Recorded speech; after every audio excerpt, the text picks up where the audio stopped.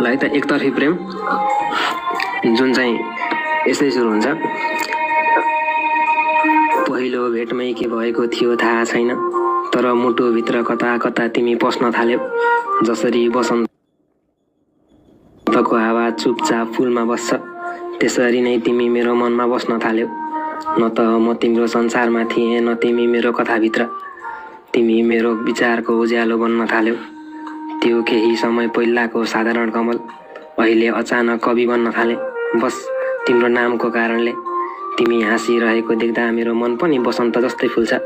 तर त्यो हाँसो कहिल्यै मेरो कारणले होइन भन्ने थाहा हुँदा पनि म मुस्कुराउँछु एकतर्फी प्रेमको शान्त स्वीकार जस्तै। कति पटक चाहे तिमीलाई शब्दमा समेट्न, तर हरेक पटक कलम डरायो। किनकि म जान्दथेँ तिमीलाई माया गर्छु भन्नु आकाशमा हात फैलाएर जुन समात्न खोज्नु जस्तै हो।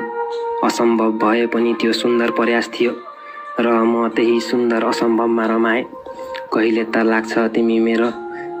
लाग्छ तिमी हावाको झोका जस्तै आउँछौ, छुन्छौ तर कहिले रोकिँदैनौ। कहिले त लाग्छ म तिम्रो परछाया मात्र हौ, जसले सधैँ पछ्याउँछ तर छोएन कहिले तिमीलाई। यदि कहिले तिमीले मेरो मौनता पढ्यौ भने त्यो मौनताभित्रको प्रेम महसुस गर्न पाउनेछौ। शब्द नभएका हजारौँ कविता जुन म तिम्रो नाउँमा लेख्दै बसेको छु। शब्द नभएका हजारौँ कविता जुन म तिम्रो नाउँमा लेख्दै बसेको छु। शब्दमा होइन भावमा तिमी भएर, भावमा कमल भएर। शब्दमा होइन भावमा तिमी भएर, भावमा कमल भएर, भावमा कमल भएर।